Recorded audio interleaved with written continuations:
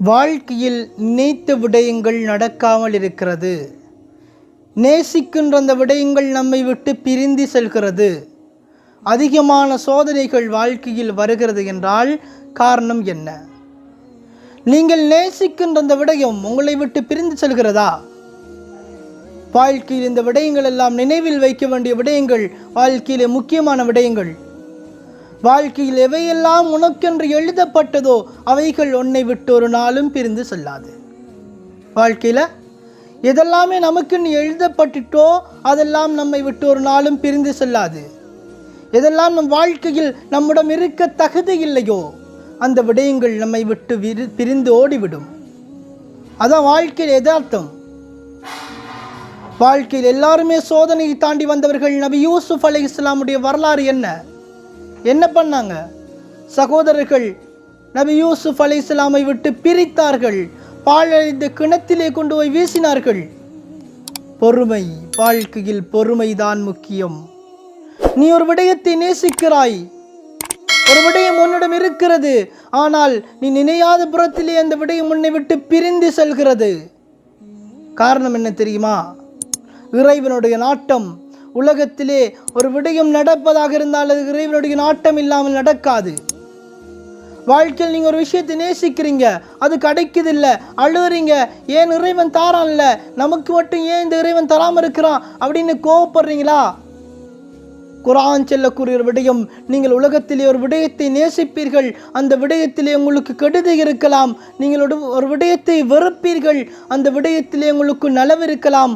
அல்லாஹ் சொல்கிறான், எல்லாவற்றையும் அல்லாஹ் நன்கறிந்தவன், உங்களை விட நன்கறிந்தவன் அவன். நீங்கள் வைத்தியசாலைக்கு ஒரு நோய்க்கு ஒரு சிறு குழந்தையை எடுத்துக்கொண்டு போறீங்க. அந்த குழந்தைக்கு வைத்தியர் என்ன செய்கிறார்? மாத்திரைகள் கொடுக்கிறார், ஊசி போடுகிறார். அந்த குழந்தை அழுது கொண்டிருக்கிறது. குழந்தை அழுகிறது என்பதற்காக ஊசியை நிறுத்துவதல்ல. குழந்தை கத்துதே அப்படின்னு ஊசி போடுறது நிறுத்துறதில்லை, ஊசி போட்டு ஆகுவாங்க.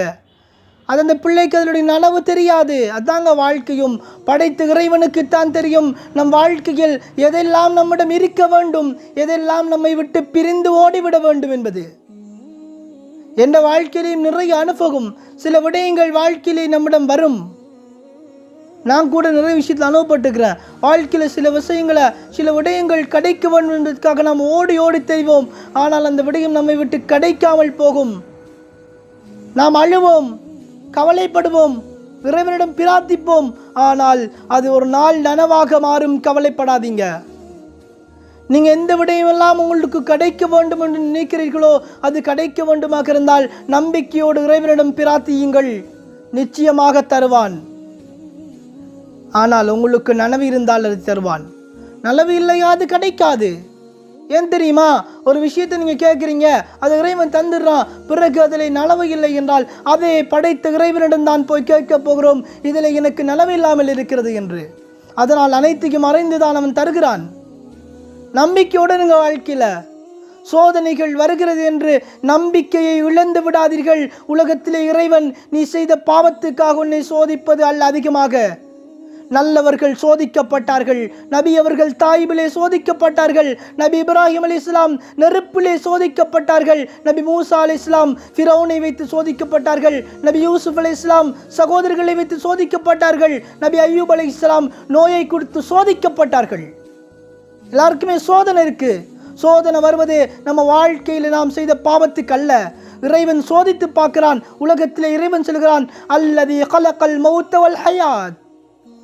இந்த உலகத்தில், இந்த உலக வாழ்க்கைக்கு பிறகு அல்ல, மௌத்துக்கு பிறகுதான் வாழ்க்கை. வாழ்க்கைக்கு பிறகு மௌத்து என்று சொல்லவில்லை, மௌத்துக்கு பிறகுதான் வாழ்க்கை. இந்த வாழ்க்கையில் எல்லாமே போலியானது. நீ எந்த உறவு உனக்கு கிடைக்க வேண்டும் என்று துடிக்கிறாயோ அந்த உறவு இருக்குத்தானே, அந்த உறவு உன்னிடம் நினைப்பது அல்ல. அந்த உறவு ஒரு நாளைக்கு ஒன்று வெறுத்துட்டு போயிடும். எதுவுமே வாழ்க்கையில் நிரந்தரம் அல்ல, எதுவுமே வாழ்க்கையில் நினைக்கிறதல்ல. உலகத்தில் இறைவன் சொல்கிறான், ஒரு எப்படி பலூன் இருக்குல்ல, பலூன் அது ஊதினா பெருசாக இருக்குமோ அதே மாதிரி தாங்க அந்த உலகமும். பார்க்குறதுக்கு பெருசாக இருக்கும், அலங்காரமாக இருக்கும், அழகாக இருக்கும். எந்த அழகும் அலங்காரமும் ஒரு நாள் மங்கி போய்விடும். வாழ்க்கையில் எதையுமே அதிகமாக எனக்கு கிடைக்க வேண்டும் என நினைக்காதீர்கள். நீ நேசிப்பது கிடைக்க வேண்டும் என்று நினைப்பது தவறு அல்ல.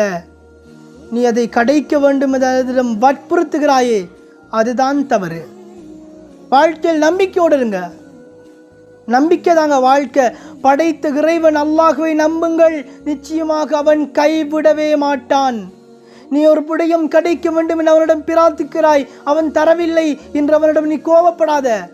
ஏன் தெரியுமா? அவன் தராமல் இருக்கிறது உனக்கு நனவுக்கு இந்த உலகத்தில் தருவான். அது அல்லது அது உனக்கு எப்போது கிடைக்க வேண்டுமோ அப்போது அதை தருவான். நம்பிக்கையோடு இருங்க. நம்பிக்கை தான் வாழ்க்கையை. சோதனைகள் வருகிறதா, பிரச்சனைகள் வருகிறதா, நம்பிக்கை அந்த சோதனையை தாண்டினால் மிகப்பெரிய வெற்றி இருக்கும். நபி யூசுப் அலைஹிஸ்ஸலாம் எகிப்து நாட்டினுடைய மிகப்பெரிய நீதி அமைச்சராக வந்தாங்க. காரணம் என்ன? பொறுமை தாங்க. சுலைஹா அந்த பெண் என்ன செஞ்சா? இவதான் நான் தவறு செய்யல, இவர் தான் தவறு செஞ்சு தங்க கொண்டு போய் தப்பு செஞ்சேன்னு சொன்னா. பொறுமையா இருந்தாங்க. பொறுமை தான் வாழ்க்கை. பொறுமையா இருங்க. கவலைப்படாதீங்க, அழாதீங்க, ஸ்டேட்டஸ் போடாதீங்க. My life full damage status போடாதீங்க. வாழ்க்கையில் உன்னுடைய கவலையை உன்னை தவிர யாரிடமும் செல்லாதே. உன்னை படைத்த இறைவனை தவிர உன்னுடைய கவலை யாரிடம் தெளித்தறியாதீங்க. ஏன் தெரியுமா? மிஸ்யூஸ் பண்ணுவாங்க. ஐ மிஸ் யூ உண்டு ஸ்டேட்டஸ் போடுறதாலேயோ, my life full damage in status போய் போடுறதாலேயோ எதுவும் கிடைக்க போகிறதில்ல. உன்னுடைய கவலையும் உன்னுடைய கண்ணீரும் இன்னொருவருக்கு தெரிய வேண்டும் என்று துடிக்காதே. நம்பிக்கையோடு இருங்க. வாழ்க்கையில் பொறுமையா இருங்க. நான் சொல்லுகிற இந்த வார்த்தைகளை நினைவில் வைத்துக் கொள்ளுங்கள். நீ சோதனைக்கப்படுகிறாய், நீ சோதிக்கப்படுகிறாய் என்பது உன் இறைவனுக்கு தெரியுமா தெரியாதா? தெரியுமா தெரியாதா? வாழ்க்கையில் உனக்கு கஷ்டம் வருது, நீ நேசிக்கிற ஒரு விடயத்துக்கு இழந்து நிற்கிறாய், தவிக்கிறாய், அழுகிறாய் என்பது இறைவனுக்கு தெரியுமா தெரியாதா? தெரியும் தானே?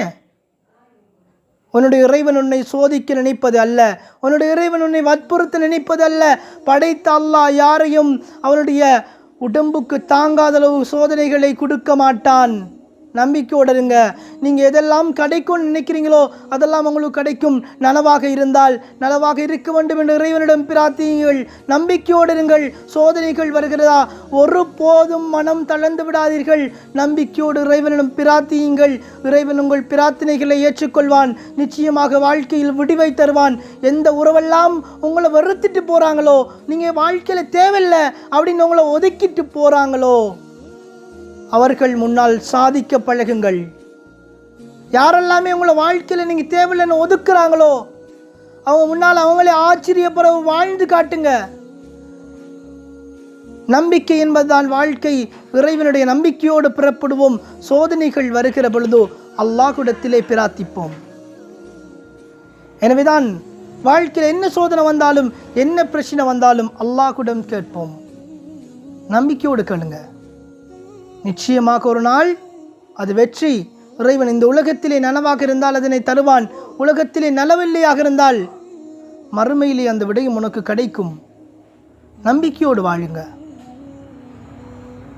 இறுதியாக சொல்லுகிற விடயம், வாழ்க்கையில் சோதனைகள் வருகிறது என்று கவலைப்பட வேண்டாம். இறைவனிடம் நம்பிக்கையோடு பிரார்த்தியுங்கள். தஹஜ்ஜத்திலே எழும்பி பிரார்த்தியுங்கள். நிச்சயமாக அவன் உங்களை கைவிட மாட்டான். எனவேதான் வாழ்க்கையில் நம்பிக்கையோடு வாழ பழகிக்கொள்ளுங்க. வாழ்த்துக்கள்.